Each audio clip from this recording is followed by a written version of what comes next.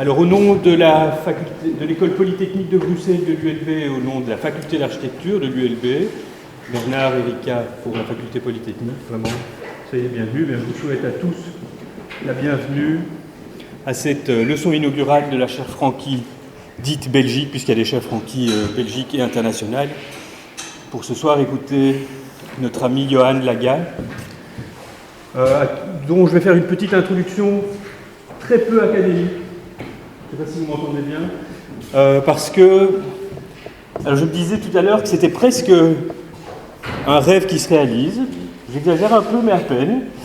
Parce que figurez-vous qu'il y a plus de 30 ans que j'ai rencontré Johan pour la première fois à Helsinki, dans des conditions tout à fait particulières. Voilà, on était tous les deux étudiants en archi, finissant et participant à un colloque. Et donc aujourd'hui, en tant que doyen de la faculté d'architecture, d'avoir pu adresser cette invitation à Johan pour venir nous parler de ça, c'est quelque chose de très particulier, de très émouvant.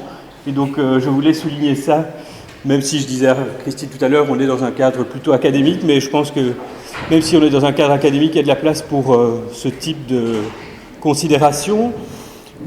Et d'autant plus que Johan a fait un parcours tout à fait significatif, tout à fait extraordinaire dans un domaine qui sont l'histoire, l'historiographie de l'Afrique, de la colonialisation, tout ça lu, et c'est important de le dire, au prisme de l'architecture.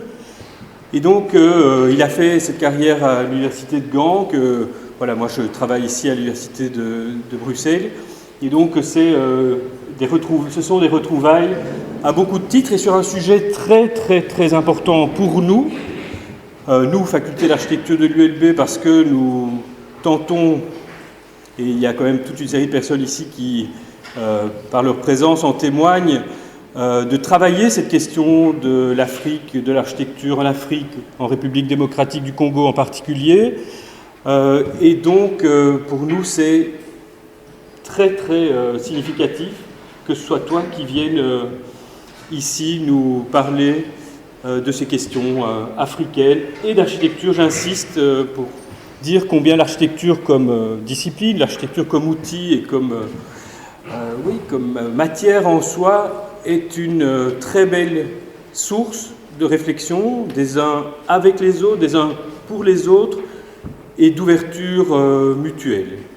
Et donc c'est là-dessus, Johan, peut-être que je vais te céder la parole et te remercier encore une fois vraiment très chaleureusement d'avoir accepté notre invitation. Merci mille fois. Merci.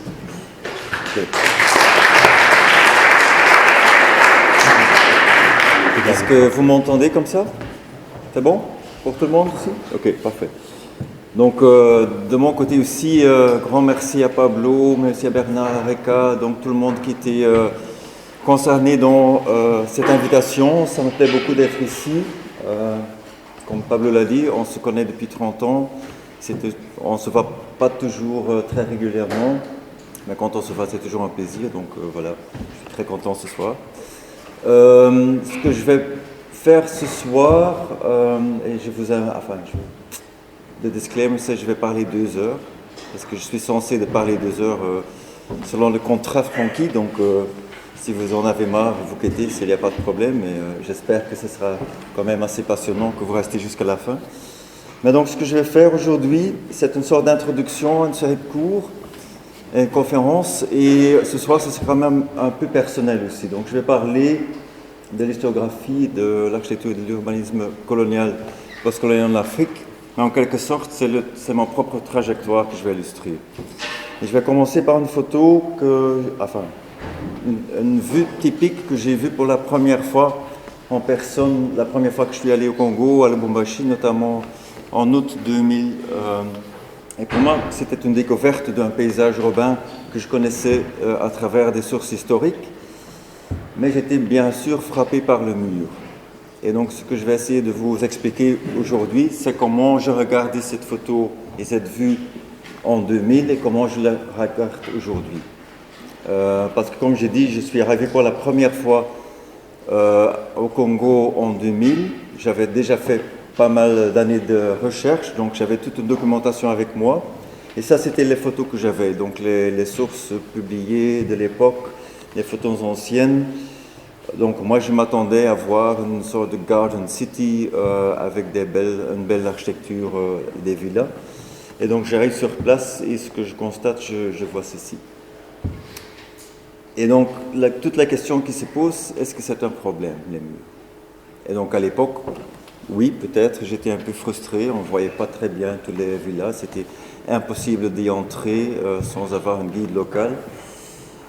Et donc si aujourd'hui je regarde cette photo, je la regarde très différemment. Donc à la fin de l'exposé, je vais retourner sur cette photo et vous expliquer comment toute la lecture que j'ai faite, mais aussi les multiples voyages au Congo, les interactions avec plusieurs chercheurs et notamment aussi des chercheurs et des artistes congolais m'ont complètement changé le regard sur cette vue-là. Et que le mur n'a plus un problème, mais peut-être le mur est le plus essentiel dans le vue. Et donc ça, je vais essayer de vous expliquer à travers cette conférence. Donc ça veut dire que je vais parler de tout le trajectoire que j'ai fait moi-même et je vais vous parler comment j'ai navigué entre toute une série de, disons, disciplines. Donc bien sûr, je m'intéresse à la condition contemporaine de la ville africaine. Enfin, on est tous des disciples de Colas en quelque sorte. Mais ce soir, je vais quand même parler surtout sur l'histographie de l'architecture du XXe siècle et quelle place l'Afrique peut prendre là-dedans. La semaine prochaine, je vais beaucoup plus parler sur la notion du patrimoine et dans quelques conférences, mais aussi ce soir, l'histoire urbaine comme discipline va aussi arriver. Et donc, commençons par peut-être une perspective un peu plus large et essayons de regarder comment l'histoire de l'architecture du XXe est devenue mondiale ou globale. C'est un processus qui me tient beaucoup au cœur. C'est une des dimensions que je souligne de façon très explicite dans le cours que je donne sur le XXe à l'Université de Gand au deuxième bachelor. Et donc j'utilise ce livre au deuxième bachelor, so William Curtis, Modern Architecture since 1900. Donc j'ai demandé à mes étudiants à l'acheter. Et j'utilise le premier cours, la conférence de mon cours pour expliquer pourquoi en fait c'est un mauvais livre. Il faut que... Ouais.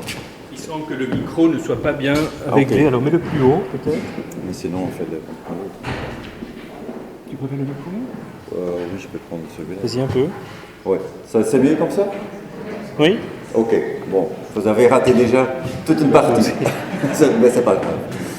Bon, donc je disais que ce livre-là, William Curtis, Modern Architecture since 1900, en fait je l'utilise dans mes cours, mais en fait je l'utilise pour travailler avec. Ça veut dire que pour moi, c'est pas le livre le plus génial sur le 20e, loin de là, mais c'est un livre qui permet de travailler avec, donc de le confronter avec d'autres trucs. Et donc c'est ça ce que je vais faire aujourd'hui.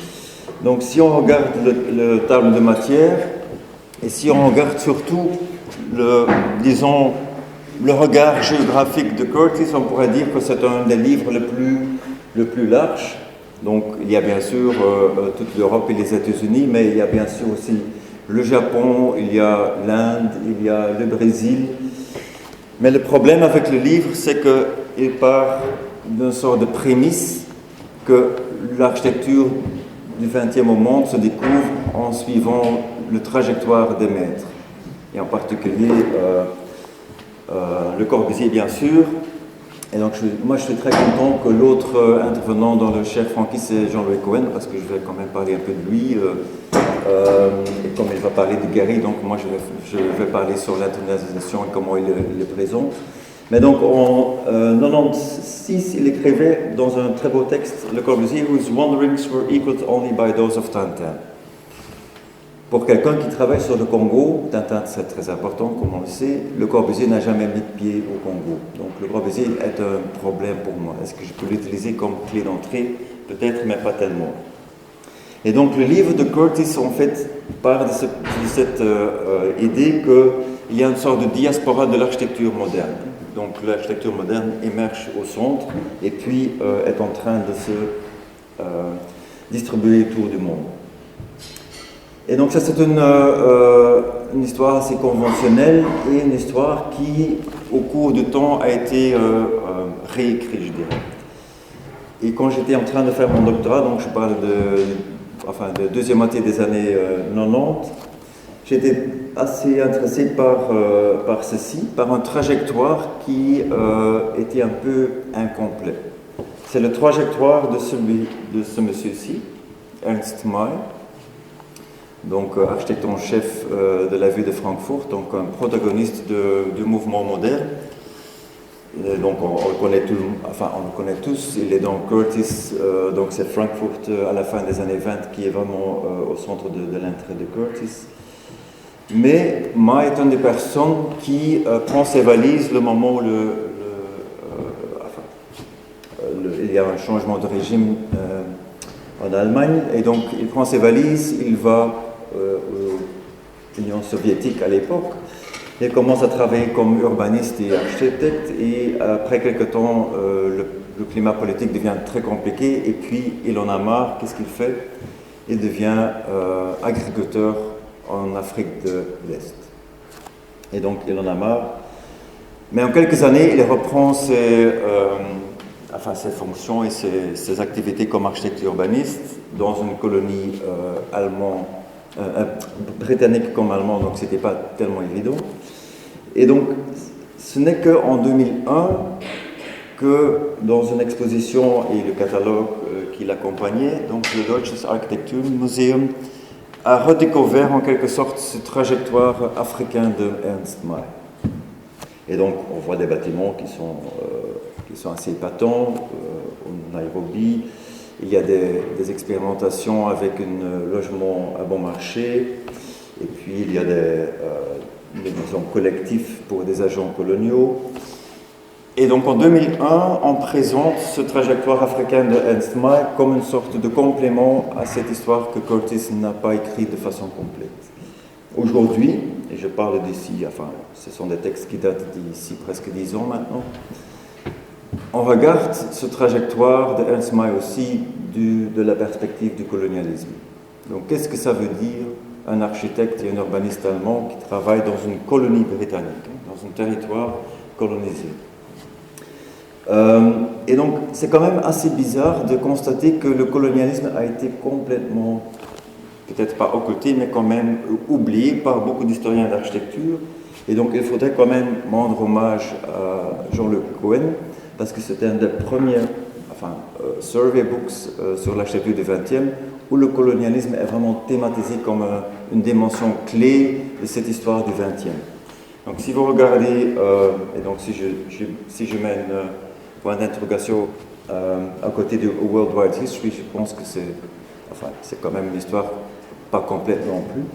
Mais ce qui est quand même assez bien dans ce bouquin, c'est que Jean-Louis Cohen essaie de nous montrer les dynamiques et les mécanismes qui ont assuré le fait que l'architecture moderne est devenue mondiale. Et donc, un des vecteurs qu'il montre, c'est ceci. Donc, j'espère que vous connaissez tous ce bâtiment-là. Donc, c'est le palais du baron en pin à Héliopolis, un quartier tout près du Caire. Donc, c'était une sorte de projet immobilier de ce baron qui a fait aussi des tramways en Chine et donc qui faisait une sorte de Garden City à côté de Caire, relié avec un tramway, et donc il invite un architecte français pour faire ce truc. Mais Jean-Louis Cohen nous explique aussi qu'on est en train de regarder un bâtiment construit avec le système NBIC. Donc on a ici une sorte de ferme de construction qui est devenue un global player. Voici le chapitre 21, Colonial Experiences and New Nationalisms. C'est pour la première fois que dans un titre, le mot colonialisme apparaît dans un survey book du XXe siècle. Bien sûr, c'est parce que Jean-Louis Cohen lui-même a fait pas mal de recherches sur le sujet, donc bien sûr, vous connaissez ses livres sur Casablanca, mais le moment où il écrit son livre, donc 2012, il y avait quand même déjà toute une recherche qui était fondée. Donc ce n'est pas un hasard que dans le livre de Jean-Louis Cohen, on trouve ce garage Fiat qui en fait se trouve à Asmara, une ville en Afrique de l'Est de nouveau. Donc il puise bien sûr sur toute une recherche. Donc on pourrait dire que Jean-Louis Cohen a fait une sorte de grand pas en avant, donc il nous montre en fait une histoire qui est peut-être pas nécessairement plus complète, mais où on comprend mieux les mécanismes qui qui sont derrière ce monde qui devient global, ce monde de l'architecture, et donc le colonialisme en fait une dimension clé. C'est aussi quelque chose qu'on trouve dans ce livre-ci, Global History of Architecture, de Francis Ching, Mark Jarzombek et Prakash. Les gens qui sont aussi derrière cette plateforme de Global Architectural History Teaching Collaborative. Si vous n'êtes pas membre, je vous invite de vous inscrire. Si vous voulez donner un cours sur l'architecture du XXe qui est un peu plus large que Jean-Louis Cohen, vous pouvez puiser pas mal d'infos sur ce site web. Je ne suis pas membre, mais enfin, je connais les gens et c'est pas mal. Soit. Ce qui est intéressant dans ce livre, je trouve, c'est la cartographie. J'étais content de voir que la carton de Nouvel An, c'était ça. C'est une fresque. Et s'il y a une fresque ici, donc vous êtes aussi fan de Fuller que moi-même, c'est bien. Mais ce que je trouve, ce qui est important dans cette cartographie, que ça nous confronte directement avec notre vue biaisée sur le monde et sur le centre et la périphérie du monde. Donc je trouve que c'était assez malin des auteurs de prendre ça comme cartographie parce que ça vous permet de complètement voir le monde d'une façon autre et donc d'aller au-delà du centre qu'est l'Europe, hein, dans beaucoup de bouquins. Donc je trouve que c'était pas mal. Et ce qui est bien dans ce bouquin aussi, c'est que c'est une sorte d'encyclopédie, on pourrait dire, qui travaille à travers des lettres. Et donc on parle par exemple des typologies. Donc on a bien des figures et quelques styles, mais il y a des typologies qui sont clés pour comprendre comment le monde s'est transformé à la fin du XIXe siècle. Et donc si on regarde le livre de l'historien Jürgen Osterhammer, The Transformation of the World, lui aussi parle de l'importance des bâtiments publics comme l'opéra, le musée, la gare ferroviaire et tout.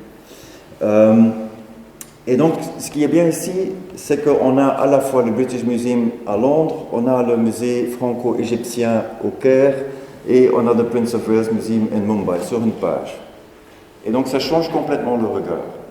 Donc, je trouve que ce genre de livres ont été des étapes très importantes pour voir l'architecture du XXe de façon différente. Une autre page de ce livre parle de la planification urbaine en nord de l'Europe. Ici, on voit des projets haussmanniens au Caire. Moi, je suis un très grand fan de Mercedes Follet. Je ne sais pas si vous la connaissez, mais sinon, je vous conseille ce livre vraiment parce que je trouve que c'est un des meilleurs chercheurs qu'on a. Et donc, c'est une spécialiste de l'architecture et l'urbanisme moderne en Égypte, disons moitié 19e, moitié 20e siècle. Et donc, elle a écrit un livre, enfin, co-édité un livre avec Jonas, qui s'appelle Urbanism Imported and Exported. Et là aussi, c'est très important. Donc, quel point de vue est-ce qu'on prend? Je dirais que Curtis a toujours pris la perspective de export. Donc, tout commence au centre et puis c'est exporté par des publications, par des figures à l'étranger. La question que pose Follet et Nasr est-ce qu'il ne faut pas peut-être regarder ça de façon import? Parce que dans beaucoup de ces cas, en fait, la question et l'initiative n'est pas venue du centre, mais en fait de la soit dit périphérie. Je vous donne un exemple. Donc, je retourne à cette page de Cohen et je mets à côté une page d'un article de Mercedes Follet qui dit « Oui, bien sûr, Baron Pin, c'est très bien, mais peut-être il y a peut-être une autre personne, Pacha Boubeznas Labour. » Donc c'est quelqu'un qui a étudié Héliopolis avec des sources non métropolitaines, mais avec des sources locaux, qui nous a montré, et je n'ai pas d'image, mais enfin il faut lire ce qu'elle écrit, qu'elle montre comment cette, enfin, soi-disant cité-jardin belge est en fait non pas seulement un projet immobilier belge, mais aussi un quartier d'une ville qui en fait est construit par pas mal de gens qui viennent du Moyen-Orient, des architectes libanais, et donc c'est beaucoup plus complexe. Il y a une sorte d'agency qui n'est pas du tout occidentale ou eurocentrique, mais il y a vraiment une agency locale aussi. La même chose pour une autre page du livre de Jarzombek et Prakash. Donc on voit toute une série de régions qui sont beaucoup moins connues, le Liban par exemple. Et là, je mets à côté un livre de Eric Verday, qui est plutôt un géographe, pas un architecte, mais qui a écrit un livre assez important, Beyrouth et ses urbanistes. Donc, c'est une histoire de planification de Beyrouth après la Deuxième Guerre mondiale, où bien sûr, un des figures clés, c'est Michel Descochards, mais là, de nouveau, Eric Verday, qui est en fait quelqu'un qui est très proche de Mercedes Follet, montre comment il y a toute une scène locale qui est impliquée. Et là, ce sont des choses que, enfin, je m'excuse, mais pas encore dans le livre de Jean-Luc Cohen, on trouve ce genre de dimension. Donc, qui sont les acteurs locaux qui sont impliqués? Et donc, une autre personne qui pour moi est très importante, et enfin, j'avoue que j'ai beaucoup d'appréciation pour des femmes historiennes d'architecture, mais c'est un peu lié au domaine dont je parle. Mais donc, Zeynep Çelik, qui a écrit un texte que je trouve, enfin, un texte qui est écrit en 98, mais que j'enseigne toujours, parce que je pense qu'elle est encore une synthèse extrêmement pertinente. Cultural Intersections, Revisioning Architecture in the City in the 20th Century, publié dans le livre At the End of the Century, 100 Years of Architecture. Zeynep Çelik est une spécialiste, disons, de l'architecture enfin, elle est d'origine turque, mais elle enseigne aux États-Unis. Elle a fait son doctorat chez Spyro Kostov at the University of Berkeley, California. Et donc, c'est une spécialiste, disons, de l'architecture coloniale. Et donc, un des livres clés qu'elle a publié, c'est Urban Forms and Colonial Confrontations, Algiers under French Rule. Et ce qu'elle écrit dans ce texte, dont je vous ai montré la page du début, c'est ceci.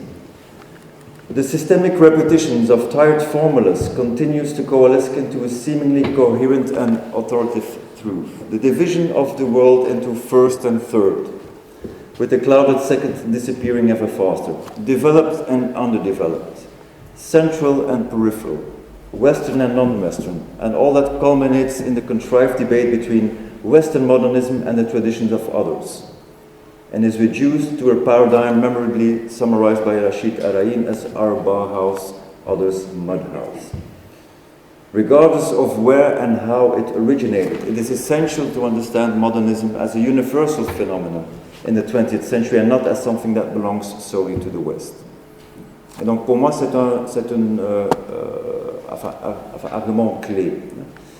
Donc je trouve que c'est très important et on n'a pas regardé l'architecture du XXe de ce point de vue-là depuis très longtemps. Et donc de plus en plus, enfin si on suit un peu les littératures qui apparaissent et surtout ce qui se passe en Southeast Asia où il y a tout un groupe d'historiens d'architecture qui est très dynamique, c'est ça qu'ils sont en train de faire. Ils sont en train d'écrire une histoire de leur architecture qui ne voit plus l'architecture moderne dans leur contrée comme a derivative of Western modernism, mais quelque chose qui a son propre logique. Donc je vous montre quelques exemples. Le livre à côté gauche vient d'être publié il y a moins d'1 an. On a le même genre de discours, je dirais, sur l'Amérique latine. Donc ça, c'est un livre qui est un peu plus vieux, une sorte de edited volume qui ouvre aussi notre vue et qui ne raconte plus l'histoire de le Brésil est devenu moderne le moment où ils ont découvert Le Corbusier. Donc il y a d'autres mécanismes qui sont en train de jouer. Donc il y a un basculement important. Et bien sûr, Colas, il est très malin, comme toujours. Il a bien compris l'enjeu. Donc le moment où il était invité pour faire de Venice Biennale en 2014, il a lancé ce projet Absorbing Modernity dans lequel il montre justement le fait qu'on est en train de regarder un processus qui est mondial et pas du tout limité à l'Occident. Donc je vous montre juste quelques pages pour vous donner une idée et vous voyez aussi le genre de projet et le genre de photo. Enfin, Colas, la rhétorique visuelle de Colas, il y a des choses à apprendre, je dirais. Et vous allez regarder, vous allez retrouver certaines de ces photos-là plus tard dans la conférence. Donc aujourd'hui, je dirais, on commence à avoir une sorte d'histoire d'architecture du XXe qui est beaucoup plus complexe, qui comprend qu'il y a d'autres choses que le nation-state comme perspective. Mais, par exemple, cette série-là, que je trouve une série très très bien, enfin, qui sont des volumes chaque fois par pays, mais ces pays sont toujours connectés au monde. Et donc, enfin, le grand défi, où est l'Afrique? Donc, il est grand temps qu'on écrit en volume. Moi, je vais faire celui sur le Congo, peut-être, un jour. Mais donc, il est vraiment grand temps que l'Afrique devienne partie de cette série. Parce que l'Afrique, où est-ce qu'elle est? Si on regarde en 2010, il y a Kenneth Frampton, enfin, un autre grand monsieur de l'histoire de l'architecture du XXe, a supervisé la publication d'une publication de 10 volumes. Ça s'appelle World Architecture, a Critical Mosaic. Je ne sais pas très bien ce qui est critical dans ce livre, mais soit. Et donc le volume sur Central and Southern Africa a été supervisé par un monsieur que vous connaissez peut-être, Udo Kulterman. C'est l'auteur du premier livre sur l'architecture moderne en Afrique, un livre qui date de 1963. Et donc, Kulterman, c'est une figure assez intéressante. Donc, on peut faire toute une analyse de ce livre, parce que pour lui, donc il écrit ça au moment où il y a toutes les indépendances qui se développent en Afrique. Et donc, il dit, voilà, en Asie, en Afrique, en Amérique latine, c'est là où the architecture has discovered its original function as a life-preserving force. Kulterman était très sceptique sur l'état de l'architecture moderne en Occident, et il voyait le Global South comme un lieu où ça se passait et où il y avait des choses fascinantes qui se faisaient. Et tous les livres de Udo Kulterman, parce qu'il a écrit énormément de livres, parce que dans tous les livres, dans le titre, il y a le mot nouveau, new, neu. Parce qu'il parle toujours aussi de ce qui est actuel, donc ce sont des choses, il documente un peu l'état des choses. Mais new pour lui, c'est aussi, et surtout, ça c'est le cas quand il parle de l'Afrique, c'est une question aussi de comment est-ce qu'on peut penser l'architecture comme un outil qui est l'intermédiaire entre la tradition et le progrès. Et ça, c'est quelque chose qu'on trouve dans beaucoup de ses livres, aussi sur le livre qu'il a écrit sur le Japon. Et quand on regarde le genre de projets qui sont être vraiment producteurs de nouvelle architecture en Afrique, c'est ceci. C'est Roland Simonet en Alger, et donc ce sont des projets qui sont très liés au débat dans le milieu du Team 10, donc dans les années 50. Mais il y a aussi, et ça c'est quand même assez remarquable, un projet au Congo. On dirait, ah oui, c'est bien ça, oui, mais c'est un projet qui a été fait par Julian Elliott et Philippe Charbonnier, et c'est toujours Julian Elliott qui a mis en première place. Donc Charbonnier, c'est celui qui a gagné la commission. Julian Elliott est celui qui est censé d'avoir fait le projet. Et en quelque sorte, ici, pour Kulterman, ça c'est vraiment ce qu'il faut faire. Un projet qui combine en soi à la fois l'architecture moderne du, disons, Team 10, de Smithsons, les maisons Jaoul de Le Corbusier, avec une sorte de distribution, parce que c'est une unité d'habitat collectif, avec 8 unités, et donc la façon dont toutes les unités sont organisées s'est inspirée, selon l'architecte Julian Elliott, un peu sur les settlements dans le Zimbabwe. Et donc pour Kulterman, c'est ça qu'il faut faire. C'est une sorte de renouveler la tradition à travers l'architecture moderne. Mais toute la question, si on lit le livre de Kulterman, la question principale qui se pose, mais comment est-ce qu'il a trouvé tous ces projets en Afrique? C'est quelle source qu'il a utilisée?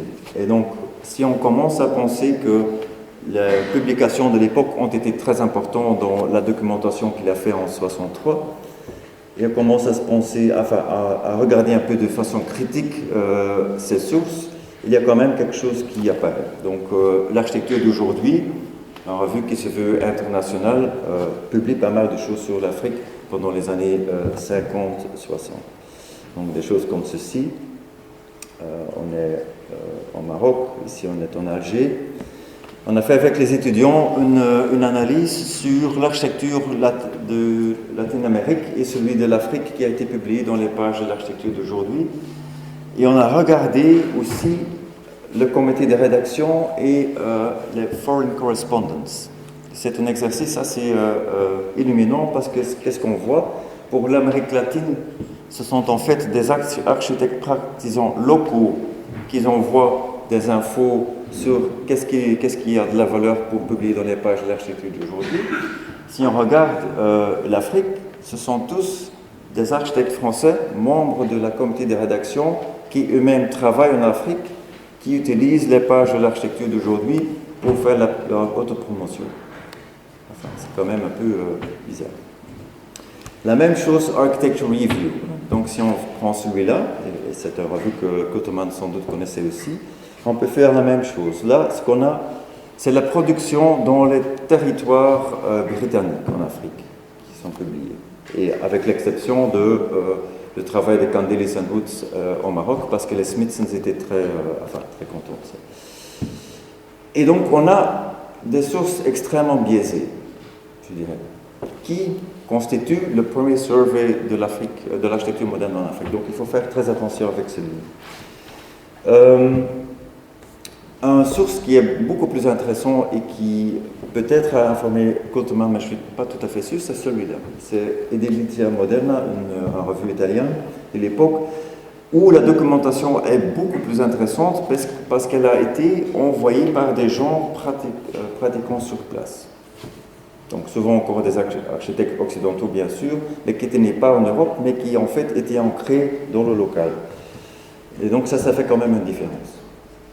Et donc si on regarde aujourd'hui un peu comment la documentation sur l'architecture moderne en Afrique s'est développée, donc on a des initiatives de Docomomo, il y a des chercheurs qui font des guides sur des villes, on a le livre sur Asmara, on a des publications et des expos comme celui-ci qui a donné lieu à un livre qui est au niveau documentaire pas mal. Donc je vous montre un peu de publications qui sont parues récemment et donc Dom Publishers va publier d'ici peu, donc dans quelques mois, il y aura un volume, un guide sur l'architecture subsaharienne en 7 volumes qui va arriver dans quelques mois. Mais la question principale, c'est est-ce que ça vaut la peine? Donc, est-ce qu'on est en train de faire des points sur une carte? Est-ce que c'est ça qu'il faut faire ou est-ce qu'il faut faire peut-être une autre historiographie? Et bien sûr, la réponse est oui, il faut faire une autre historiographie. Parce que pourquoi? Parce qu'on a quand même toute une conception de cette historiographie qui parle de cette idée de l'architecture d'outre-mer. Bon, donc si on retourne dans début des années 80, les historiens du colonialisme s'étonnaient que les historiens n'avaient pas compris que l'architecture, ça pourrait être un sujet, bien que l'urbanisme était déjà une sorte de sujet qui donnait lieu à des études très provocateurs. Et donc l'architecture était complètement négligée. Donc ce ne sont pas des architectes qui disent ça, ce sont des historiens des africanistes, si vous voulez. Heinrich Brunswick est un grand monsieur dans l'histoire africaine. Donc si on parle des études provocateurs et innovateurs sur l'urbanisme, c'est probablement celui-là. Un livre de Anthony D. King de 76, qui est toujours très intéressant à lire, mais donc les architectes sont en retard. Et les premières traces qu'on trouve, c'est ce livre de François Béguin, fin des années 80, on pourrait dire, il y a un numéro thématique extrêmement fascinant de Lotus International, Hybrid Architecture. Les gens de Lotus ont fait des numéros extrêmement fascinants. Mais en fait, on pourrait dire, ici, on trouve les premières traces d'une sorte d'intérêt pour cette architecture dans les territoires anciennement colonisés. Début des années 90, pouf, on commence à voir une sorte d'historiographie, je dirais nationaliste, qui voit que, si on écrit l'histoire de la France, l'architecture en France, il faut peut-être aussi regarder les territoires outre-mer français. Les Italiens ont fait la même chose. Nos amis du Pays-Bas, la même chose. Les Allemands aussi. Donc on a Namibie, et puis Cameroun et Togo, comme vous le savez, ils n'ont pas été des colonisateurs très longtemps en Afrique, mais quand même, leur architecture a été documentée de nouveau dans les années 80. Les Belges ont fait la même chose, I plead guilty, as we say. Donc moi j'ai aussi commencé à écrire une histoire outre-mer, Et donc, de nouveau là, donc, quand j'ai fait le livre sur Claude Laurence, en quelque sorte, c'était documenter une œuvre d'un architecte belge. Enfin, dans ce cas précis, il est un peu français, mais enfin, franco-belge, disons. Aujourd'hui, je regarde Claude Laurence comme quelqu'un qui est très intéressant, justement pour comprendre comment l'architecture s'insère dans un contexte colonial. Donc là aussi, j'ai développé quand même mon regard. C'est très intéressant de regarder ici ce qui s'est passé avec les Portugais. Parce que les Portugais, comme vous le savez, ils ont colonisé l'Afrique plus longtemps que nous. Donc, il y a eu des guerres coloniaux en Angola et Mozambique qui ont été assez turbulentes, qui ont fait que l'histographie sur l'architecture dans les anciens territoires coloniaux portugais est plus tardif. Donc, début des années 2000. C'est en fait le premier livre qu'on pourrait dire qui traite vraiment le sujet. Il y a un livre en anglais, et donc ça c'est le problème avec les Portugais, ils ne publient vraiment pas beaucoup en anglais. C'est dommage, parce qu'ils font parfois des choses qui sont très bonnes. Ce livre qui a été publié en anglais, c'est pas le meilleur livre sur le sujet, si je me permets de me dire. J'ai écrit un compte rendu très critique. La dame n'est pas très contente que je l'ai fait, mais enfin soit. Je vais expliquer pourquoi. Parce qu'il y a de nouveau une sorte de perspective assez conventionnelle, je dirais. Il y a ici cette idée que les colonies sont des laboratoires de l'architecture moderne. Et pour comprendre l'Angola et le Mozambique, on a besoin de Le Corbusier. C'est vraiment le clé d'entrée de Anatole Stories. C'est aussi parce qu'il y a une architecture qui est extrêmement photogénique. Moi, j'aime le modernisme brésilien. Donc, on trouve des choses qui sont là. Il y a des liens historiques, bien sûr. Mais moi, je m'intéresse beaucoup plus aux ouvrages d'autres auteurs qui regardent une architecture qui est beaucoup plus banale. Parce que si on veut comprendre l'architecture dans un contexte colonial, c'est aussi ça qu'on doit regarder. Et donc, moi, je suis très jaloux. Donc, c'est devenu une très bonne amie à moi, Ana Voschmillero. Et je suis très jaloux de son titre. Nos tropicos sem Le Corbusier. Nos tropiques sans Le Corbusier. Je trouve que c'est génial comme titre. J'aurais voulu l'avoir pour moi-même, mais enfin, je suis trop tard. Mais donc, c'est quelqu'un qui montre que le paysage architectural et urbanistique de l'Angola, de Mozambique, de Guinée-Bissau est composé de choses qui sont très, très différentes de cette architecture corbusienne. Donc là, il y a déjà toute une évolution qu'on voit. Je vous montre aussi celui-ci, un livre qui est paru en 2017, qui en fait inverse le regard outre-mer. Et donc, c'est un livre qui a gagné un prix très important de Society of Architecture Historians, Spyro Kostev Award. Et ce n'est pas un hasard, parce que c'est un livre qui a pour thèse très provocateur que l'origine de l'architecture moderne en Allemagne se trouve peut-être dans les colonies. Et que si on commence à étudier vraiment de façon très proche toute l'évolution de l'architecture coloniale et tout le débat surtout sur l'architecture coloniale comme il se faisait en Allemagne, on trouve les mots-clés du débat qui vont faire le débat sur l'architecture moderne en Allemagne début XXe siècle. Donc je n'entre pas en détail, mais c'est un livre très important dans lequel on retrouve des noms qui sont complètement inconnus, qui est inconnu sauf pour des chercheurs allemands. Donc il y a par exemple ce monsieur ici, Ernst Buschmann, le premier spécialiste sur l'architecture en Chine, qui en fait partie de tout un milieu d'architectes et ingénieurs allemands qui sont dans le monde au cours du début du XXe siècle et qui emmènent avec eux une sorte d'ethnographie architecturale qui va nourrir, et ça c'est la thèse de Itoan Saimoesi, qui va nourrir le débat sur l'architecture en Allemagne. Et donc des mots comme Sachlichkeit, Schweckmassigkeit sont des mots qu'on trouve déjà dans le débat sur l'architecture coloniale que les Allemands font et qui sont après des termes clés du débat sur l'architecture moderne en Allemagne.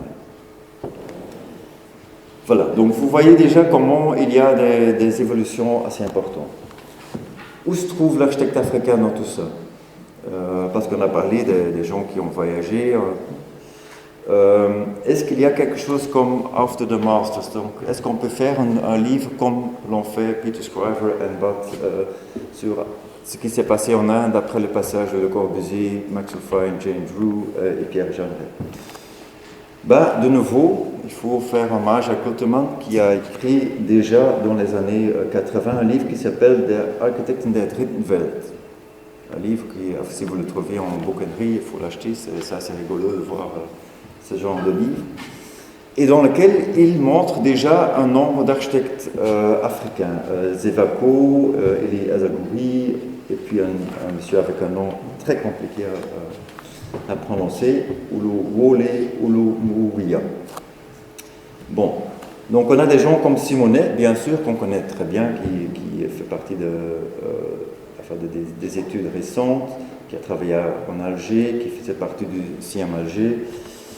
Mais on a celui-ci, hein, donc, qui a eu sa formation, entre autres, chez Van den Broek et Bachmann. Quand même assez fascinant. Hein. Donc des gens formés dans un bureau quand même assez novateur à l'époque. Donc il y a des études de Hannah Leroux sur le monsieur, et un livre récent sur Abuja nous montre comment Olumuyiwa a fait partie d'une scène et un mêlée d'architectes qui ont construit le nouveau master plan pour Abuja, donc la nouvelle ville capitale, dans lequel on a un personnage quand même assez important de l'époque. Voilà, M. Kenzotan. Donc, on a des gens qui sont dans des circuits assez particuliers. Autre personnage très fascinant, qui est documenté aujourd'hui, Pancho Guedes, membre de Team 10 aussi, un membre moins connu que des autres, mais un personnage flamboyant, si je dois croire les gens qui l'ont connu de façon très bien, qui apparaît déjà aussi dans Culterman et qui a fait des projets comme ça en Mozambique, qui maintenant sont des classiques. Si on parle de l'architecture moderne en Afrique, Pancho Guedes est un des stars. Autre personnage moins connu peut-être, Demas Nwoko, qui fait partie d'un mouvement pan-africaniste en Nigeria, et donc qui a fait des architectures, mais aussi était un metteur en scène du théâtre, très lié dans le monde de l'art, qui était assez dynamique autour de l'indépendance, qui a fait des choses comme ça. Anthony Almeida, qui a travaillé en Tanzanie. Donc vous voyez toute une série de personnages qui ont émergé, je dirais, les 10 dernières années. Mais peut-être au-delà des individus, il faudrait regarder peut-être aussi d'autres structures. Et je dirais quelles sont les publications locaux et quel était le milieu dans lequel ces architectes ont été formés. Et donc là, on a encore beaucoup de travail à faire. Donc, c'est une historiographie qui est très incomplète.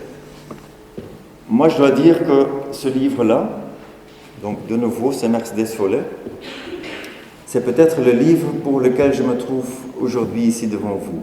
Moi, j'ai découvert ce livre quand j'ai passé 4 mois au Caire, parce que j'en avais marre de la Flandre après mes études, donc je suis parti habiter dans une ville que je ne connaissais pas du tout. D'un seul coup, je découvre toute une architecture moderne extrêmement fascinante sur laquelle personne n'avait jamais parlé, et d'un seul coup, je trouve ce livre-là, Alimara, l'architecture moderne en Égypte et la revue Alimara, 1939-1959. Une revue lancée par un mec qui s'appelle Saïd Karim, et qui est en Suisse, et donc il était un peu l'intermédiaire entre le débat en Occident, si on puisse dire, et la scène locale. Mais dans ce livre-là, que vous pouvez trouver dans les bouquineries pour 5 €, c'est scandaleux, mais enfin c'est comme ça, c'est parce qu'il y a trop de texte, j'imagine, et pas tellement d'images. Mercedes Follet écrit un récit fascinant sur l'émergence d'une scène locale. Donc des architectes égyptiens qui ont été formés au School of Liverpool. Et donc si on va aujourd'hui au Liverpool dans l'université, en fait dans les archives, on trouve pas mal de documents sur des architectes égyptiens qui étaient étudiants là-bas. Un très bon article sur l'éducation d'architectes africaines est celui-là, de Ayala Levin, qui est un chercheur jeune mais très performant et brillant, je dirais, donc du Kumasi School. Donc Julian Beinart, en fait, un des messieurs qui a rédigé cette Edilitia moderne, un numéro sur l'Afrique, et qui a une approche extrêmement novateur sur l'architecture et qui fait avec ses étudiants des travaux dans les townships. Donc, il étudie le vernaculaire quotidien et contemporain. On a des gens du Congo ici dans la salle, donc je vous invite, messieurs, mesdames, je ne sais pas s'il y a des dames aussi, mais, d'écrire cette histoire pour le Congo. Enfin, je suis tombé sur ce nom-là, Sante Ortolani, un architecte italien qui a écrit des bouquins quand même assez remarquables pendant les premières années du régime mobutiste, et donc qui écrit une sorte de théorie de l'architecture dans le cadre de la politique de la recours à l'authenticité. On sait très peu sur ce monsieur-là. Il est italien, il a fait une autre revue qui s'appelle Möbius. Ce serait très intéressant d'écrire l'histoire de cette personne-là. La même chose, Paul de Kweker, enfin, pas inconnu de vous, mais moi je m'intéresse à ce monsieur-là. C'est qui? Parce que c'est quand même un peu bizarre que la couverture du livre de Paul de Kweker ne montre Paul de Kweker. Voilà, je trouve ça un peu problématique pour dire le moins. Donc, il y a des choses à découvrir. Oui. Peut-être on doit aussi repenser cette notion de l'architecte. Parce qu'il y a des architectes et des figures très importantes, mais qui ont une importance pas nécessairement comme des gens qui font des projets, mais parce qu'ils jouent des autres rôles. Je les appelle les hommes de l'action. De nouveau, Le Corbusier, enfin, on ne peut pas se passer de ce monsieur toujours. Donc voilà, on retourne chez Le Corbusier comme The First Global Consultant. C'est Beatrice Colominia qui a écrit un texte là-dessus, en nous expliquant comment ce rôle de Le Corbusier, le fait qu'il prenait l'avion, a changé complètement les dimensions de l'espace et le temps dans la profession de l'architecte. Oui, c'est bien, mais peut-être celui-là est plus important. Donc peut-être Michel Descochards, qu'on connaît dans tous les survey books, pour avoir été celui qui a été l'architecte en chef et urbaniste en chef de Casablanca pendant les années 50, il est peut-être plus important. Et donc on a aujourd'hui des bonnes études sur lui. Voilà. Et Cochard a travaillé aussi dans d'autres régions en Afrique. Et donc, comme j'ai dit, Doxiadis aussi, de nouveau, un personnage que, quand moi j'étais étudiant, on ne connaissait pas du tout. Depuis 10 ans, il y a pas mal d'études sur lui. Donc, il y a des projets à thème qui sont extrêmement importants et fascinants. Un homme avec beaucoup plus d'impact, enfin très lié aux Nations Unies. Donc, quelqu'un qui a fait beaucoup de master plans, beaucoup de grands projets, beaucoup plus important au niveau quantitatif, je dirais, mais même au niveau intellectuel. Quelqu'un qui avait des choses à dire et qui seulement récemment a été émergé dans les études. Ce livre-là vient de paraître il y a quelques mois. Et si vous achetez un livre, je dirais que c'est celui-là qu'il faut faire. Lukas Stanek, c'est un des meilleurs historiens de l'architecture pour l'instant. Et donc c'est son magnus opus. Donc il est en train, depuis 10 ans, de travailler sur le sujet.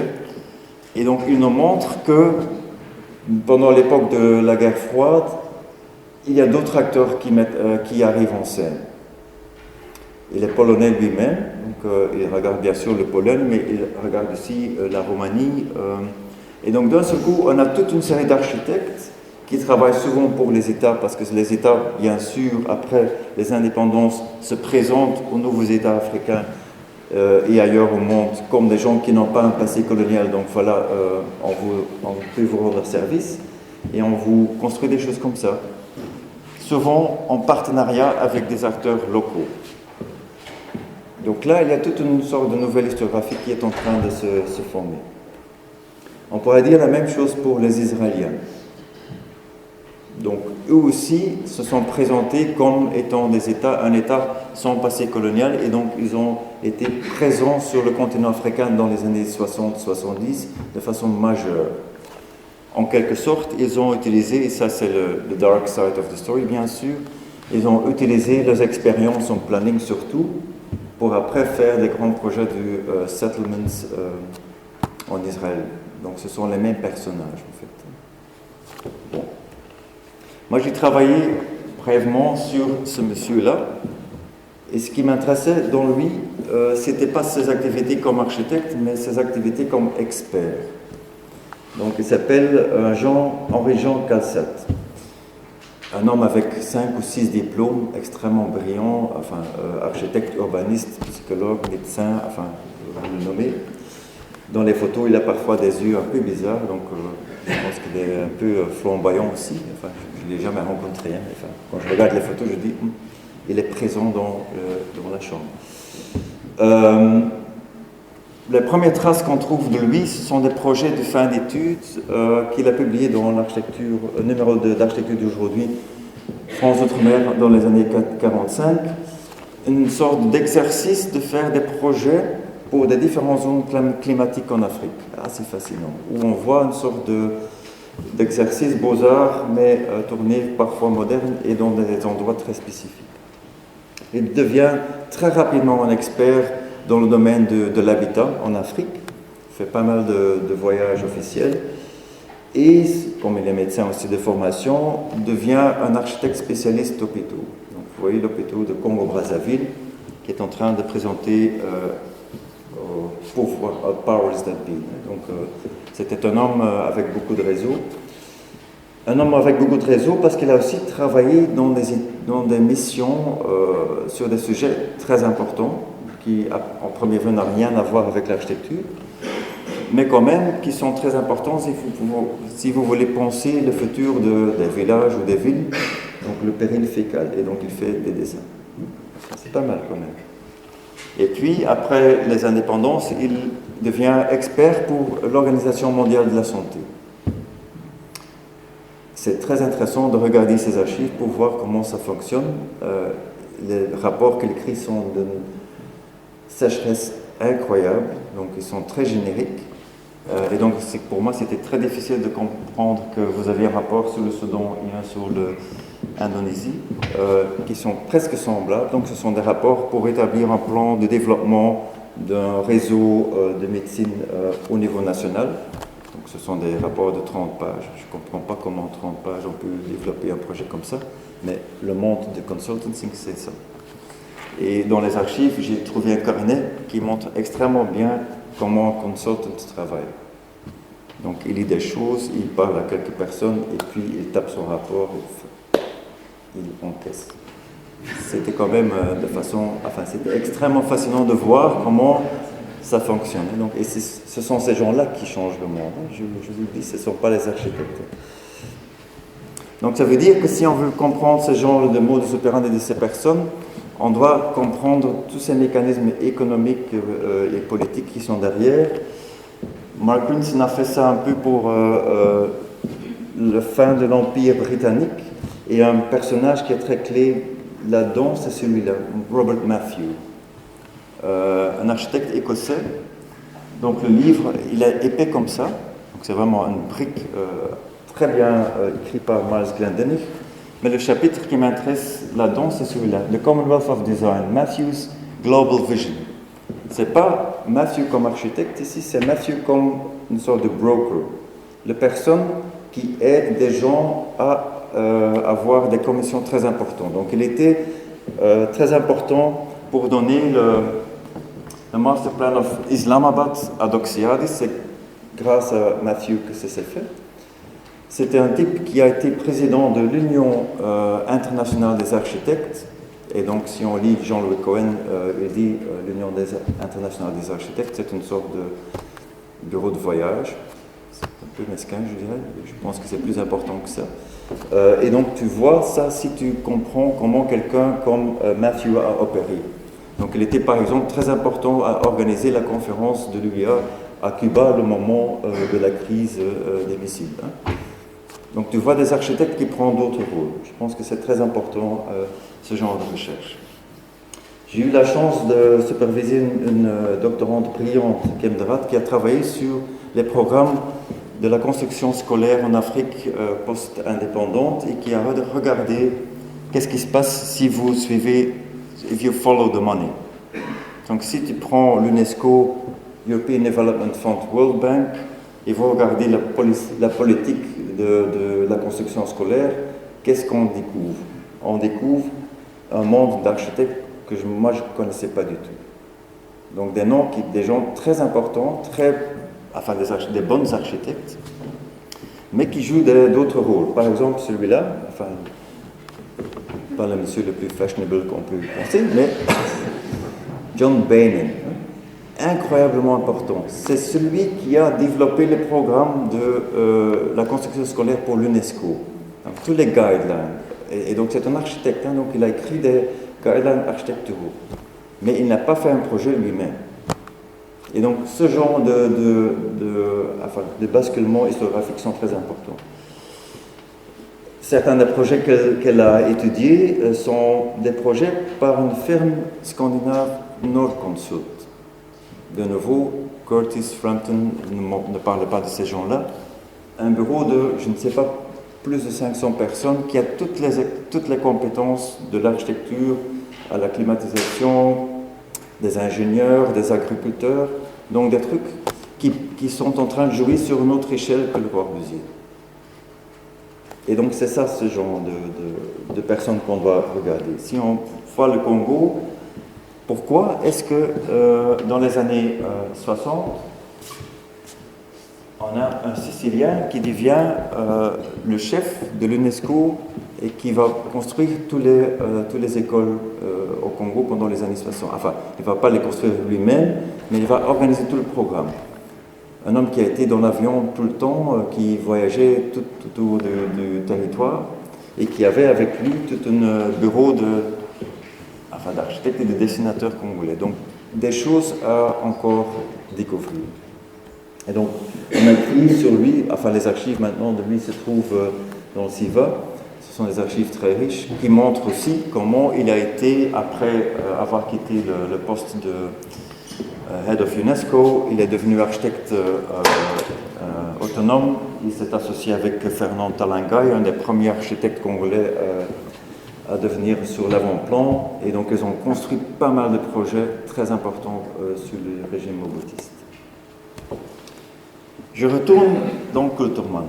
Un des projets que Kulturman trouve extrêmement fascinant pour l'Afrique, c'est le projet non construit en eau. Un projet japonais pour un centre culturel à Kinshasa. Fin des années 50, on organise la compétition architecturale, je dirais, la plus importante que la Belgique a jamais organisée. Pas en Belgique, mais au Congo. Ça, c'est le dessin du projet japonais. C'est un jeune japonais, en fait. Et pour Kulturman, c'est ça qu'il faut faire, parce qu'en fait, il découvre pas mal de thématiques de Tim Ten là-dedans. Mais ça sont d'autres projets qui ont été présentés. Donc, moi, j'ai découvert cette compétition quand j'étais en train de faire mon doctorat. Je trouvais, waouh, c'est quand même pas mal. En Belgique, on n'a jamais des projets comme ça. Maintenant, 20 ans après, je comprends que les Polonais qui ont gagné le deuxième prix sont là, parce que maintenant, je connais Lukas Stanek qui m'a expliqué que c'était la première fois que des architectes polonais pouvaient participer à une compétition à l'étranger, à cause d'une change de régime. Et donc, que pour eux, c'était très important d'être présent en Afrique. Donc, ça change complètement le regard sur ce projet-là. Mais ça change aussi le regard sur qui est le protagoniste de l'histoire. Donc, voilà. Vous le connaissez, Richard Neutra, le président de la jury. Est-ce qu'il est le personnage le plus important pour moi? Non. Le personnage le plus important pour moi, c'est ce monsieur-là. Je ne sais pas si vous le reconnaissez, si des gens le connaissent. Si je dis Maurice Huysmans, ouais. Victor dit oui, je vois des gens avec un peu plus âgés qui... C'est le monsieur qui a géré la monnaie à Bruxelles, qui était très important pour avoir Maurice Béjart ici. Donc, il est un des acteurs principaux dans le monde culturel belgique. Donc, il est en fait le responsable de la culture aussi au niveau international. Donc si on va dans les archives africaines et on commence à étudier un peu le background de ce projet-là, ce qui est extrêmement fascinant, et moi je ne l'avais jamais compris au moment où je faisais mon doctorat, bien sûr, parce que je regardais les architectes et pas ceux qui étaient derrière l'histoire, c'est en fait, qu'est-ce qu'il est en train de faire? Il s'inspire de cette idée de la Maison de la Culture d'André Malraux. Un programme qui sera développé en France à partir des années 60, mais qui a à l'origine un contexte colonial. Donc, je ne sais pas si vous connaissez l'histoire de la Maison Culture. C'est un projet qui a été... le projet à l'origine est un projet non réalisé en Tchad par un administrateur colonial qui s'appelle Biasseni. Malraux l'a pris fin des années 40, l'a mis en France en disant « Voilà, faites-moi ici en France ce que vous avez voulu faire en Afrique ». Comme Huysmans circulait dans ce milieu international de la culture, il connaissait. Et donc pour lui, l'idée c'était de faire du centre culturel du Congo belge non seulement une sorte de cadeau à la colonie, mais une sorte de lieu de rencontre. Et alors, si vous prenez ça comme point de perspective et vous regardez où ça se trouve dans la ville de Kinshasa, ville extrêmement ségrégée, bien sûr, qu'est-ce qu'on est en train de faire? Ça devient un récit extrêmement fascinant. Une sorte d'utopie, rêve utopique, de faire un centre de rencontre juste à côté du palais de justice, dans le quartier, dans l'axe du pouvoir symbolique, du pouvoir colonial. Donc il y a toute une histoire écrite là-dessus. Bon, il faut que je regarde le temps parce que le temps passe vite. Ok, parce qu'il faut quand même qu'on arrive au transnational. Donc je vais sauter ici et là certains trucs, mais c'est pas grave. Donc on peut faire, si on regarde d'autres personnages, on peut regarder aussi le monde de construction, qui jusqu'aujourd'hui n'a pas encore investi beaucoup dans l'Afrique, je dirais. Et donc c'est quand même assez remarquable qu'on a toute une fascination pour le brutalisme au monde et aussi en Afrique, mais qu'on ne se pose pas tellement de questions ou qu'on n'a pas encore beaucoup d'études sur qui a construit ces bâtiments. Donc là, heureusement, on est tombé sur les archives de Platon et Maurice Queloz était très gentil avec moi, donc on a pu travailler sur cette partie-là, le parti Afrique. Et donc on a commencé à travailler là-dessus. J'ai un doctorant qui travaille sur cette question de l'introduction de la technologie du béton au Congo colonial. Et je me avance un peu parce qu'on trouve des choses comme ça. Donc, des techniques pas nécessairement novateurs. L'histoire ici, derrière ce bâtiment-là, c'est la première application de le béton précontraint, qui est un désastre total. Donc c'était le siège du Platon et donc tout le chantier était un désastre. Donc ça montre aussi qu'il y a une sorte de discrépance entre théorie et pratique. Mais on est en train d'étudier avec Roby, entre autres, cette usine Bata. Et Bata, je pourrais parler une heure. Bata en Afrique, c'est fascinant comme tout. Donc les chaussures. Donc Jacob est là, Jacob Sabakino, qui me parlait que quand il était écolier, il avait des chaussures Bata parce que c'était l'école d'uniforme, il était avec des chaussures Bata. Donc on a besoin de grandes usines. Voilà, on a du béton précontraint.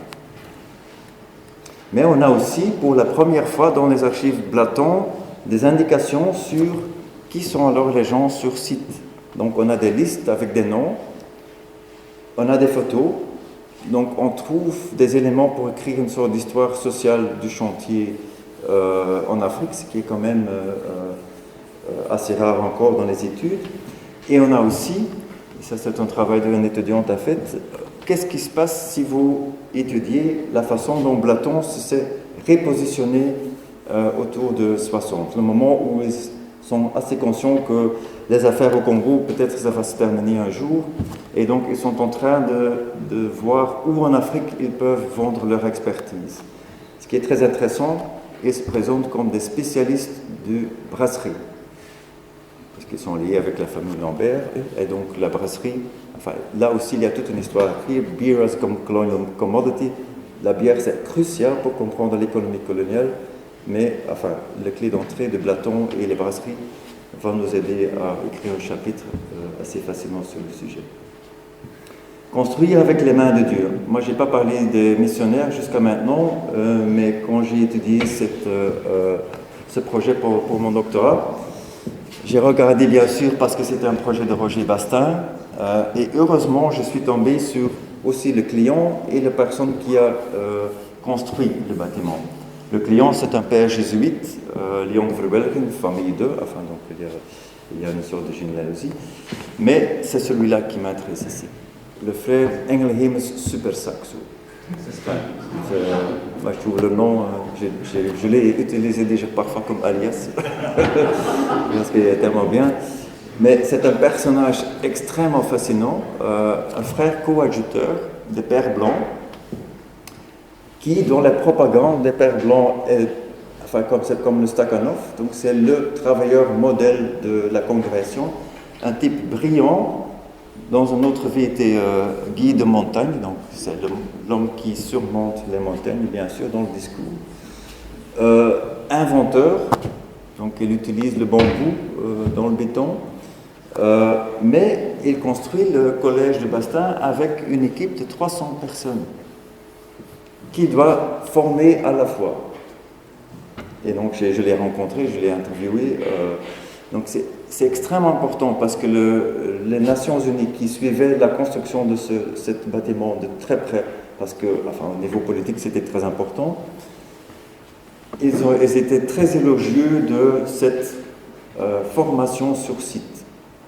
Donc il y a toute une histoire à écrire sur les gens qui ont été formés pendant ce chantier-là. Il y a toute une histoire à écrire, et là je n'ai pas les éléments parce que je n'ai jamais été sur place, mais je veux bien y aller pour voir est-ce que la construction de cette école-là, est-ce que ça a aussi créé une communauté, oui ou non? Parce que tout le concept de la construction missionnaire, c'est quand même on bâtit ensemble.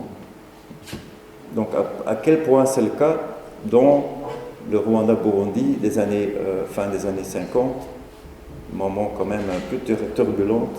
Donc il y a des choses à écrire. Bon, qu'est-ce que je vais faire? Oui, je vais sauter certaines pages, c'est pas grave, et puis parce qu'il y a quand même une chose qui est très importante, parce que Pablo a dit oui, on va parler de l'architecture, bien sûr, mais on est on est dans un domaine où justement l'historiographie de l'architecture est devenue très interdisciplinaire. Et le sujet que je traite aujourd'hui, c'est surtout le cas parce que le champ a été envahi, on pourrait dire, par des théorie post-coloniale. Et ça, c'est quelque chose qui s'est fait, je dirais, début des années 90, when post-colonial theory was fashionable. D'un seul coup, les architectes et les historiens de l'architecture étaient censés de regarder l'architecture dans les territoires coloniaux d'une perspective de la domination. Un article clé là-dedans, c'est l'article que Zeynep Çelik a écrit sur le plan Le Corbusier. Et je vous invite à le lire, c'est assez vieux et donc elle n'a plus les mêmes idées, mais je trouve que c'est un très bon témoin de qu'est-ce qui se passe si vous regardez un projet d'architecture à travers la perspective du colonialisme et de l'orientalisme. Si vous faites ça, vous n'êtes plus d'accord avec Manfredo Tafuri qui trouve que c'est un projet urbanistique qui donne beaucoup de liberté aux citoyens à construire avec tout le monde la ville. Parce qu'elle dit, pas tout le monde est impliqué, bien sûr, on est dans un contexte colonial. Et on est dans un contexte colonial, donc cette solution de lier les résidences avec le tour d'immeuble, avec ce grand passerelle, c'est peut-être un geste corbusien, mais c'est aussi un geste extrêmement colonial. Donc ça crée une sorte de continuous surveillance de l'ancienne ville, qui est quand même la forme peut-être la plus radicale de la zone neutre entre la ville blanche et la ville noire qu'on connaît du planning colonial. Donc une lecture extrêmement radicale du projet, mais qui était nécessaire de faire début des années 90, je dirais. Donc le Politics of Design, d'un seul coup, devient vraiment la perspective à travers laquelle on est en train de regarder l'architecture. L'exemple clé, c'est qu'est-ce qui se passe au Maroc, les années 10-20, sous le régime de Marshal Lyautey, qui disait qu'un chantier vaut un bataillon. Donc pour lui, l'architecture et l'urbanisme étaient vraiment des outils d'introduire une sorte de nouvelle politique coloniale. Mais le problème avec ce genre de lecture, c'est que ça devient très directif. Et moi, je suis un grand fan de ce que Sibel Bos-de-Gam disait à la fin des années 90. Comment est-ce qu'on peut parler de la politique de l'architecture sans réduire l'architecture en politique? Je trouve que c'est quand même assez important. Donc je vous montre un exemple. Celui-là, le pavillon du Congo belge de Henri Lacoste, que beaucoup de gens ont regardé comme un exemple d'un imaginaire art déco, parce qu'il a colonisé en quelque sorte les principes de l'école de beaux-arts avec le vocabulaire de l'architecture exotique, si vous voulez, et c'était très bien documenté, donc j'ai fait toute la recherche. Mais un livre qui prend en perspective postcoloniale écrit ceci. Its monumental scale and bellicose spears in the central courtyard combine to give the Belgian section an awe-inspiring atmosphere in keeping with its reputation as the harshest of the colonial powers. J'ai l'impression qu'elle n'a pas bien compris l'agenda des gens qui ont construit cette section du colonie belge. Parce qu'en fait, si on regarde ce projet seulement de cette perspective-là, qui est extrêmement, je dirais, réducteur, on manque la finesse et le raffinement de Lacoste, et notamment dans la construction. Donc il a construit ces coupoles avec un système qui, à première vue, ressemble à une sorte de treillis qui est typique pour les, disons, huttes primitives, tandis qu'en fait, ce qu'il utilise, c'est un procédé très novateur pour épargner du bois. Et donc ça, si on prend en perspective postcoloniale, on oublie bien sûr, parce qu'on ne regarde plus l'architecture. L'architecture devient le témoin d'un projet politique. Ok, je vais sauter ceci, parce que le temps passe vite. Ok. Donc, un des problèmes avec le post-colonial studies, c'est qu'il regarde surtout, je dirais, les dignified parts of the government, donc les parlements, les grands bâtiments du pouvoir. Mais qu'est-ce qui se passe si tu regardes l'architecture banale, qui est clé pour comprendre un territoire comme le Congo? Et donc c'est pour ça que moi je ne suis pas fan de ceci, mais je suis fan de ceci, pour le contexte portugais, parce qu'on a des grands bâtiments, mais ce sont des bâtiments types. Et donc qu'est-ce qui se passe si on utilise cette architecture type comme clé d'entrée? Donc pas des chefs-d'œuvre, mais vraiment l'architecture générique, les écoles, les hôpitaux, l'habitat. Comment est-ce qu'on peut le regarder? Donc on est en train de regarder ici une production qui est faite souvent par des architectes anonymes du service des travaux publics. Et donc la question est, comment est-ce qu'on peut penser cette production-là? La seule personne qui, à mon avis, a fait un travail déjà novateur sur le sujet, c'est Peter Scriver, qui est un chercheur de l'Australie, qui a essayé de comprendre le design culture and the cognitive principles qui sont au sein d'une bureaucratie de services travaux. Et donc, ça veut dire que, comment est-ce qu'on peut comprendre ceci? On a un architecte, mais on a tout un processus bureaucratique pour réaliser les trucs. Donc, si on regarde le Congo, et surtout après la Deuxième Guerre mondiale, où l'architecture devient une sorte de véhicule pour la propagande de la modernité qui s'installe. Donc on a fait tout un travail sur l'architecture du plan décennal, et je saute un peu, donc on a des différents domaines, donc habitat, urbanisme, les postes, les bâtiments administratifs, les écoles, ici l'hygiène. Donc on doit changer notre regard de nouveau et on doit essayer de comprendre les structures qui sont sous-jacentes. Donc ça veut dire on doit essayer de comprendre ces organigrammes, comment c'était organisé, où se trouvent les architectes dans tout ce genre de structures, et on doit essayer de comprendre le régime du papier qui va avec, parce que les gens écrivent des dossiers, c'est incroyable. Enfin, les archives africaines, si vous avez besoin de voir beaucoup de papier, il y a un lieu que je vous conseille. Mais donc, ce n'est pas les architectes qu'on trouve dans les revues d'architecture qu'on trouve là. Donc, ce n'est pas Laurence, ce n'est pas Oyou. Il faut aller dans les annuaires, dans les bulletins officiels pour trouver des gens un peu bizarres comme Yann de Braille. mais qui sont clés dans l'administration coloniale. Celui-là, donc, le travail de terrain est très important. Un bâtiment comme un phare de Kinshasa, moi je n'avais jamais connu si je n'étais pas allé sur place et si je n'ai pas allé dans les archives de l'Otraco. Parce que maintenant je connais le nom de l'architecte, parce que sinon je ne l'aurais jamais trouvé. Ce sont des gens qui ont le métier, donc la qualité du dessin, c'est incroyable. Donc il y a vraiment des gens qui sont des talents, mais qui ne sont pas nécessairement des novateurs. On trouve des noms de nouveau des dessinateurs congolais. Enfin, des figures qui sont complètement off-radar dans nos recherches. Mais on a des clés d'entrée, donc il y a tout un travail d'histoire orale à faire. Bon, ce qu'on a fait nous, on a essayé de comprendre, pendant le plan décennal, on a construit énormément d'hôpitaux. Comment c'est possible? Comment c'est possible avec une administration qui est quand même pas assez large? Et donc on a étudié, j'ai un doctorant qui travaille là-dessus, donc c'est bien sûr des plans types souvent dessinés par des médecins. Donc ce qu'on a fait, en utilisant des sources différentes, on a essayé de retrouver tous les hôpitaux construits sur tout le territoire pendant 49-59. Ça nous donne cette carte-là.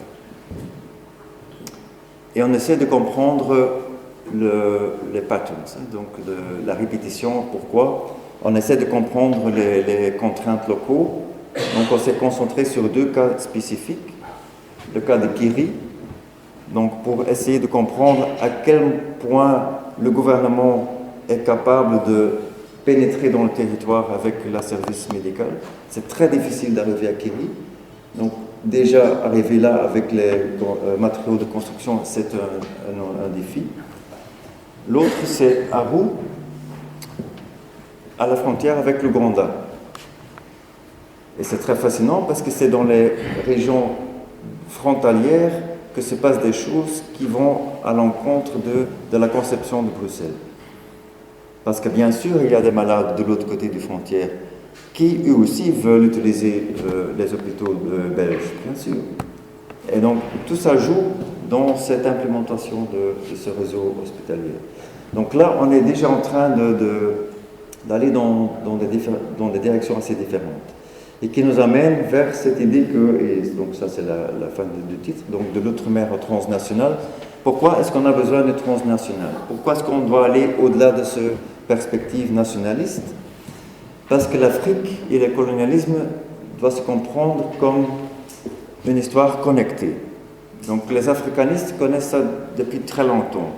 Nous, les historiens d'architecture, on était complètement aveugles parce qu'on avait cette perspective nationaliste.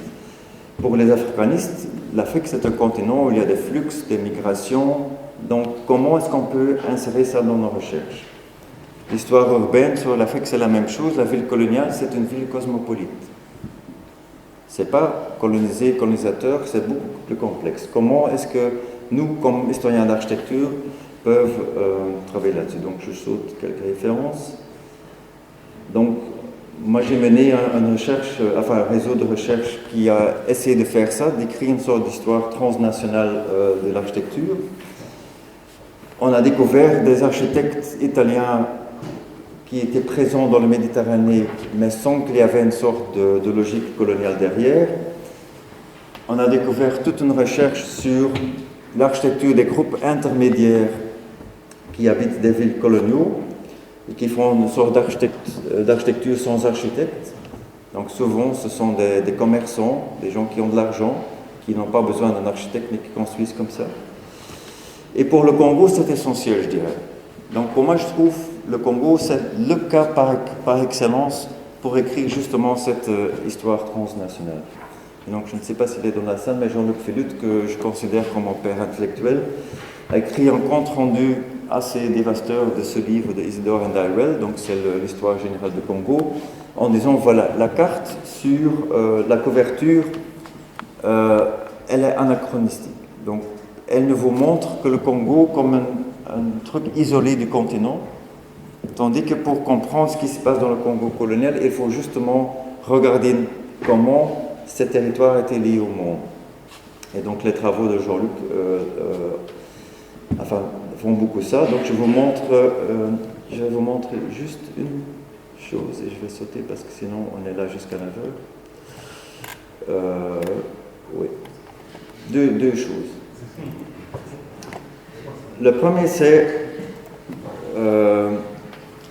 un livre sur le air conditioning. Qu'est-ce que ça a à faire avec le transnational, vous m'avez dit? Les Belges ont été des spécialistes in selective borrowing. On apprend des autres.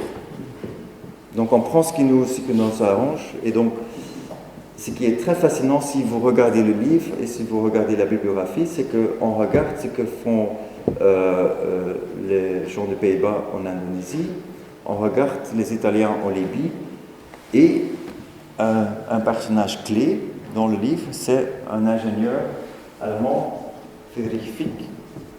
Mes collègues allemands ne connaissaient pas du tout, mais c'est le mec qui a créé dans les années 30 vraiment des livres comment construire sous les tropiques. Et donc dans la biographie, Fick est un des personnages clés. Donc de ce coup, on a une clé d'entrée pour écrire une histoire beaucoup plus transnationale. Le dernier exemple, c'est Bandaka. Bandaka, c'est une ville, donc Kinshasa se trouve ici. Bandaka, c'est 400 km le long du fleuve à l'intérieur du pays, donc le Heart of Darkness. On pourrait dire the periphery of the periphery. Je saute un peu pour dire, voilà, là on a une ville qui est capitale d'une province, donc le paysage urbain le montre. On a un centre administratif qui est hors échelle dans cette petite ville. On a un hôpital qui est hors d'échelle dans cette petite ville. Et ce qui m'intéresse dans ce bâtiment-là, ce n'est pas nécessairement l'architecture du bâtiment, c'est ceci. Le fait que d'un seul coup, on est dans les années 30, il y a des mecs à Bruxelles qui disent « Oui, on a compris maintenant, il faut orienter les bâtiments nord-sud parce qu'on n'a pas de problème avec le soleil, donc on vous propose ce plan-là. Il faut aligner les bâtiments comme ça. » Ok, ça arrive, le problème, enfin, le tram de Bandaka n'est pas orienté nord-sud. Donc ce qu'on a, c'est une anomalie dans le plan urbanistique. Donc ça montre à quel point une directive qui vient de Bruxelles arrive vraiment dans le bled, si on veut dire. Donc jusqu'aujourd'hui, vous avez cet axe-là qui vous mène sur ce bâtiment-là. Donc ça, c'est déjà pour moi une sorte d'idée. Bandaka, c'est très intéressant, ça montre que le pouvoir colonial belge arrive dans un territoire comme ça. Mais Bandaka est intéressant aussi pour une autre chose. C'est une ville qui est en quelque sorte construite par des gens d'ailleurs. Ce monsieur-là, monsieur Patel, et donc voilà, vous allez comprendre pourquoi il y a cette photo sur l'affiche de ma conférence. Monsieur Patel arrive au Congo via Yava. Il arrive ici, fin des années 20, et en 5 ans, il arrive à Bandaka. Il devient, donc il est de Gujarat. Il devient un des commerçants les plus importants. Donc ça, ce ne sont pas des photos qu'on, normalement, enfin si on dit c'est le Congo belge, je ne sais pas très bien. Bata, de nouveau. Et aujourd'hui, si vous allez l'avenue Mouji, qui est l'axe commercial de cette ville, on vous dit, Monsieur Patel, c'est le bâtisseur de Bandaka. Donc il y a quand même un travail à faire de réécrire l'histoire de ces paysages urbains de façon assez différente. Et alors, je vous retourne vers la photo du début. Donc cette photo où je trouvais, quand j'arrivais pour la première fois au Congo, que ce mur me gênait quand même un peu. Ben non, pas tellement, parce qu'en travaillant avec des artistes locaux, en faisant des recherches sur le paysage urbain, j'ai compris que les murs, c'est peut-être le clé d'entrée pour comprendre cette ville. Vous voyez ici, à côté droite, vous voyez un villa en ruine, il n'y a pas de mur. Et moi, je comprenais rien. Enfin, c'est quoi? Et donc, on a fait une promenade avec un écrivain local qui nous a dit, voilà, vous êtes en train de regarder une maison hantée. Et donc, il n'y a pas de mur, mais il y a un obstacle majeur. Donc, il n'y a personne qui entre sur ce parcelle-là. parce que tout le monde sait que c'est la maison hantée de la rue, et donc ce que je veux dire avec ça, c'est que, et donc j'ai écrit un petit essai avec Sophie et Sam, qui est assez essayistique, mais qui pour moi est le résultat de 20 ans de réflexion sur ces paysages urbains, sur cette architecture, que moi j'ai étudié d'abord à travers les archives, en lire pas mal de littérature, mais c'est en allant sur place et d'avoir des interactions avec des stakeholders locaux, des artistes et chercheurs, des usagers de l'espace que je commence, et je dis bien, je commence à comprendre un peu ce que ces paysages urbains nous peuvent apprendre. Voilà, j'ai été peut-être trop long, mais enfin je le fais. Ok.